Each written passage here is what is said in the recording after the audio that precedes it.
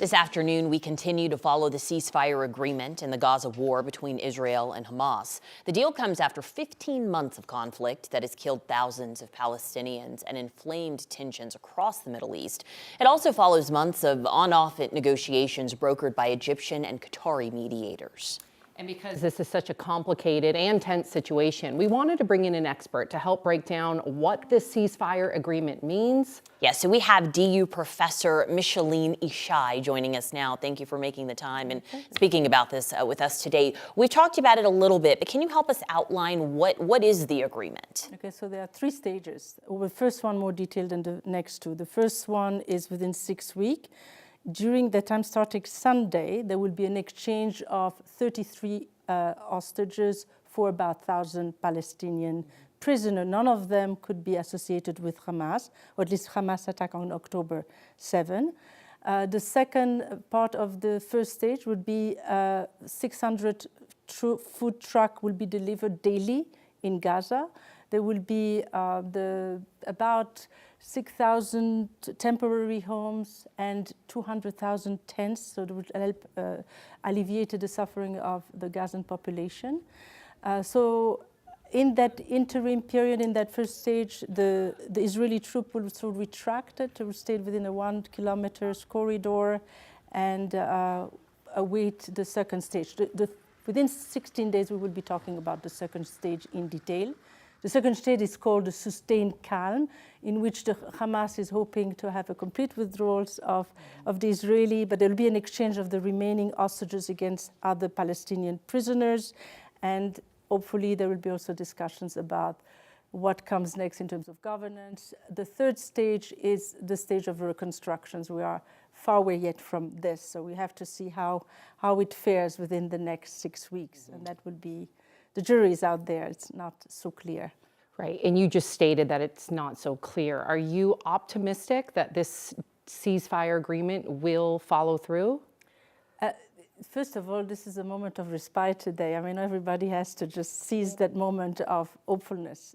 Whether it will succeed and whether things can go wrong, yes, of course, many things can go wrong. The first that comes to mind is that on Sundays, the Israeli cabinet, particularly the 2 ultra-right members of the cabinet, Smotrich and Ben-Gvir, have already threatened a vote of confidence of the Benjamin Netanyahu government. So if the government is collapsing, then the deal might not go as smooth as perceived. On the Hamas side, we know that the 33 hostages, we don't know if they're really alive or dead. And we also do not know who is actually have those hostages. It could be other group like the Islamic Jihad who actually keeps those hostages. So there might be a lot of hiccups along the way that makes the movement not very smooth, the process very smooth. One of the concerns, which people are not really highlighting, is the fact that there will be a vacuum, even during the delivery of goods and humanitarian aid. Who is going to be the people who are going to manage that? And that is a problem because we know that the United Nations UNRWA Relief Agency has been sort of scorned by the Israeli as not very neutral. And then the question is then who does this? If it's not Hamas and it's not the Israeli. So a recipe for some problems along the way. So we have to hope for the best until we get to the second week and the second stage. And Micheline, I'm curious, how does something like this come to pass, like this type of agreement, right? It's been 15 months of conflict, these kind of off and on negotiations that didn't work, but now we are at this very hopeful point. How do we get here?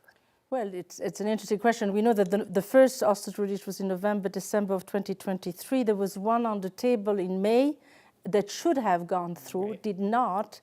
And it's sad because there were more hostages alive at the time than there are now.